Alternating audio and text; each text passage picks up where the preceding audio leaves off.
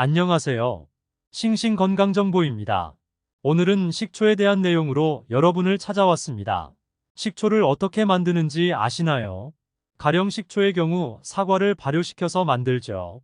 사과즙 등을 이용하여 박테리아와 효모 등을 첨가해서 발효시키면 식초가 됩니다.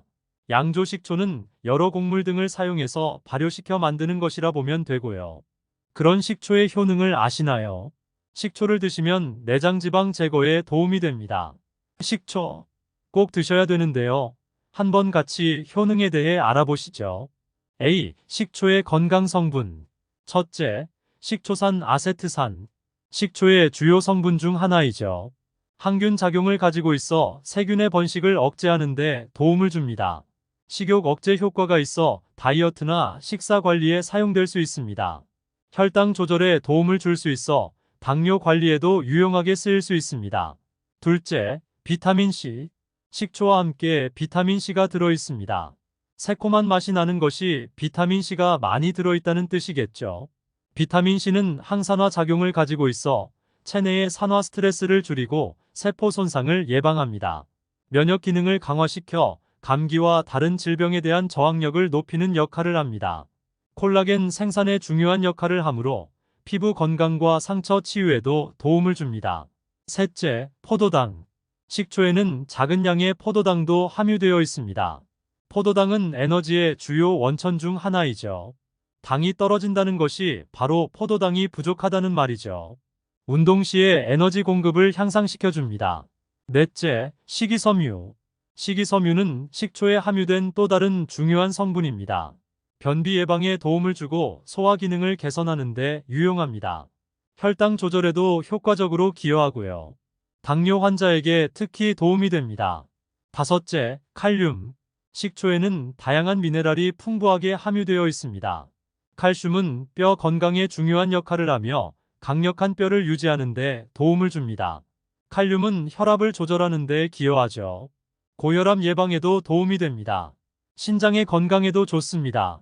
칼륨이 신장에 좋다고 하죠. 신장 건강이 우려되시는 분들께서 식초를 꼭 드셔보시는 것이 좋겠습니다.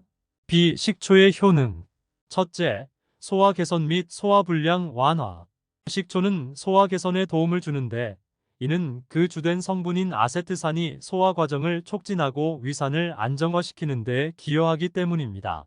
아세트산은 위산의 분비를 조절하여 소화불량 증상을 완화하고 음식 소화를 원활하게 합니다.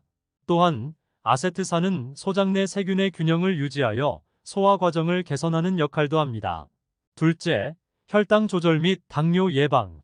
아세트산은 혈당 조절에 도움을 줄 수 있습니다. 아세트산은 식사 후 혈당 반응을 완화하죠.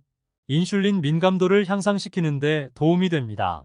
이로써 당뇨병 관리에 도움을 주며 혈당 수준의 급격한 상승을 막아줍니다.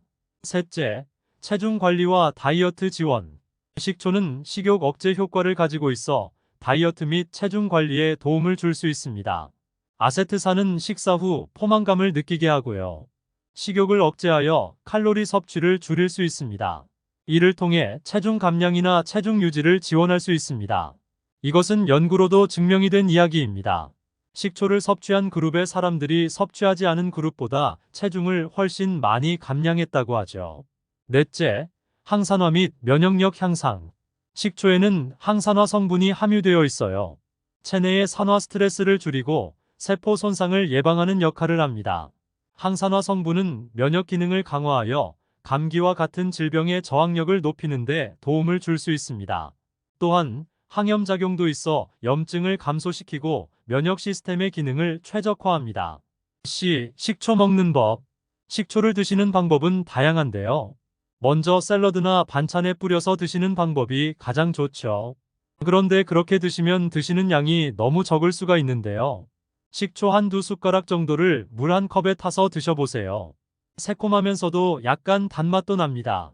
매일 드시면 내장의 지방도 빠지고 소화 기능도 좋아지고요. 식초처럼 상쾌한 날들을 맞이할 수 있습니다. 영양학적 가치와 우리 몸에 들어오는 효능은 식초나 사람마다 다르죠. 부작용 또한 있는 사람이 있을 수 있고 없는 사람이 있을 수도 있습니다. 장기적으로 드실 분들은 자신의 몸에 잘 맞는 것이 중요하겠죠. 그런 분들께서는 한의사나 의사에게 식재료가 자기 몸에 맞는지 조언을 구해보세요.